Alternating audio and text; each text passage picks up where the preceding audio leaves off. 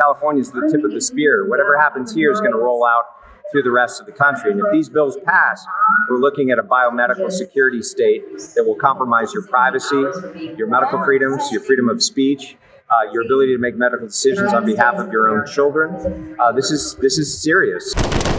Come and take it news. My name is Kheriaty. I'm a physician. I'm here because I want to oppose unjust vaccine mandates and other COVID measures that have proven ineffective and harmful. My specialty is in psychiatry, but I spend about half of my time also doing medical ethics. So I approach this as a medical ethicist. My concerns about informed consent had to do with the fact that this is a foundational principle of medical ethics. I directed the ethics program at the University of California, Irvine before they fired me. I'm here from the Unity, representing the Unity Project, which is an organization that's standing up against coercive vaccine mandates for healthy children here in California and beyond. For 15 years, I was at the University of California. Several months ago, I filed a lawsuit challenging the university's vaccine mandate in federal court. A couple of months later, they fired me in retaliation. And I'm continuing to fight that battle in federal court. I'm battling for transparency. I filed a Freedom of Information Act request with the FDA to get the clinical trials data on the Pfizer vaccine. That's being made public now. So I'm trying to fight for transparency, for the rights of informed consent, for parental rights to make medical decisions on behalf of one's own children. Well, the first thing of concern to me was that I had already recovered from COVID. I got the virus in 2020. I knew that I had robust natural immunity. I was reading the science, I was reading the studies.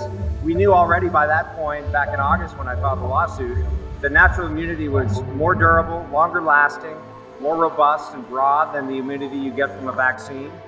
We knew that people who had already been infected with COVID had higher risks of adverse effects from vaccines, and the vaccines didn't improve the immunity of someone who was COVID recovered. So I saw no rationale or medical reason why I should take a vaccine that has some risks and no benefit to me or to anyone else. The public has been subjected for months to various forms of psychological manipulation, quite frankly, on the part of the mass media. We were locked down and isolated for the better part of a year in 2020. People were living in fear. That caused some enormous collateral damage in terms of psychological harms, mental health harms. We saw spikes in suicide. We were seeing a huge rise in drug-related deaths, alcohol-related deaths because of the lockdowns and what people were subjected to in 2020 and 2021. So in that climate of fear, the vaccines promised to return things to normal. And people who had been subjected to that level of stress for so long were ready to accept anything that could return them to work, could return them to sanity, to the ability to visit, be together with families. And yet our public health authorities overpromised and under-delivered on the vaccines. The vaccines did not stop the spread of COVID. We knew from the beginning they were incapable of stopping infection and transmission. The efficacy started to wane after 4 months, and by 6 months was well below 50% of required threshold for FDA approval. So whatever effect we got, or benefit we got, was very short-lived. The booster's efficacy is even shorter than that.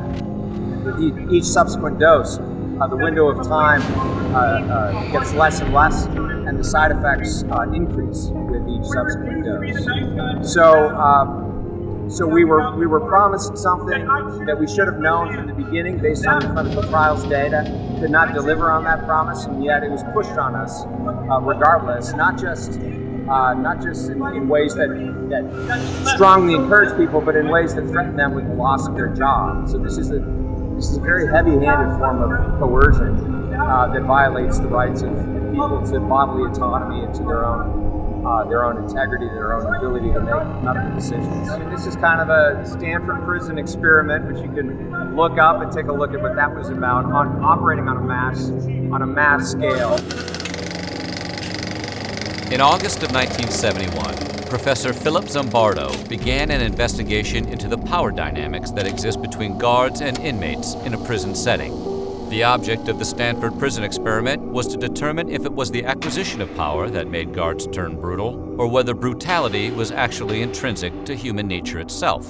The notorious experiment that ensued would kick off decades of academic controversy and suggest some very dark things about the nature of humanity. This is what Rene Girard, who died a few years ago, professor at Harvard, called mimetic contagion. People getting wrapped up in imitating one another's desires in such a way that they stop thinking and they stop reasoning about what it is they want. This creates social tension, and as a result of that, you get scapegoating. Get the vaccine. Get the vaccine. Just get the vaccine. Roll the up and get the vaccine. The people who are not getting vaccines, who are believing the lies on the internet instead of science, it's time to start shaming them. What else? Or leave them behind. Here's the latest data that confirms that we're still in a pandemic of the unvaccinated. This government has approved a new lockdown which will only apply to unvaccinated people. Starting at midnight on Sunday, the government said people who haven't been vaccinated will only be allowed to leave their homes for essential reasons. As of tomorrow, every citizen, every person living in Austria must be aware that they can be checked by the police at any time. If you make the judgment to not get vaccinated and you reckon you can wait out us or the publican or whoever you want to think you're waiting out, you won't wait out the virus. Us make some difficult decisions, and that's to keep people who are not vaccinated out of some of those venues that we've been talking about today. We will also check if people have been vaccinated or recovered and the reason for entering public spaces. When people see that we're in lockdowns or serious public health restrictions right now because of the risk posed to all of us by unvaccinated people get angry. When are we going to stop putting up with the idiots in this country and just say, it's mandatory to get vaccinated. F them, f their freedom. I want my freedom to live. Risk. It's selfish. If you're unvaccinated and you're going around without being tested, you are an arrogant, selfish SOB. Not sure if I'm nitpicking here, but why not just get vaccinated or don't come to work? Because if you get tested every week, you risk exposing people if you test positive. If you want to come out into public, if you want to live your life, you need to get the vaccination. If you're okay, because I understand with people questioning their bodies, I like someone asking questions about that. But if you decide it's not the right decision for you, stay at home. Well, my freedom is being kind of disturbed here. No, screw your freedom. If someone or some group of people identified as the source of our tension, the source of our strife, the source of our problems, in this case it was the unvaccinated, the pandemic of the unvaccinated. Those folks were stigmatized, they were vilified, they in many cases lost their jobs and their livelihoods, they could no longer participate in public events, civil society, travel, and so forth. And we've known the ways in which this can happen psychologically for decades. Looking at research on the psychology of crowds, looking at research on the psychology of authoritarianism, this kind of thing could have been predicted under the circumstances, but not enough people stood up. Not enough people recognized what was going on and stood up and said no. Well, there's going to be an end to it when the people of California stand up and say no, and the people of California make it clear to our legislators that this slate of 10 bills on the docket needs to go. Bill number 1, Senate Bill 871, mandates COVID vaccines for all public and private schools. Assembly Bill 2098 classifies any medical opinion that runs contrary to the establishment's narrative as, quote, misinformation, and subjects doctors like me to discipline from the medical board if we spread such information. Is this going to shut us up? No, it's not going to shut us up. Senate Bill 866 lowers the age of consent for a COVID vaccine to 12, removing parental rights to make choices for their children. Senate Bill 920 authorizes the medical board to search my doctor's office and these doctors' offices and access your medical records without patients' or doctors' consent. Senate Bill 1464, there were some brave law enforcement here in LA that said, we're not going to enforce these absurd mask mandates. This will remove their funding if law enforcement tries to stand down. Senate Bill 1479 requires schools to test children without parental consent, turning our schools into public health agencies. Senate Bill 1390, which affects you.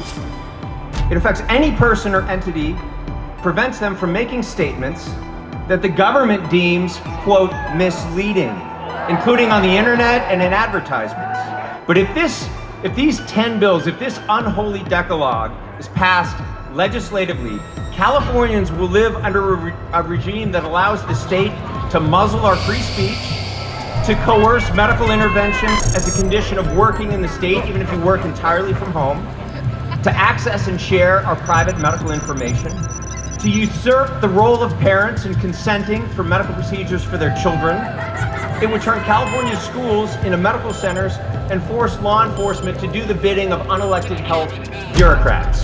In these proposed laws, we see the welding of public health, digital technologies of surveillance, and the police powers of the state into a coercive, invasive biosecurity model of governance.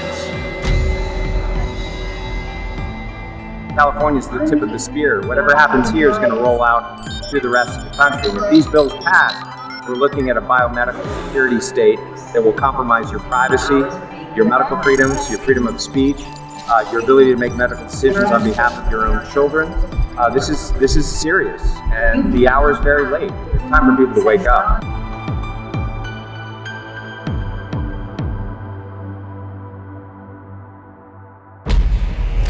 What they won't tell you, we will.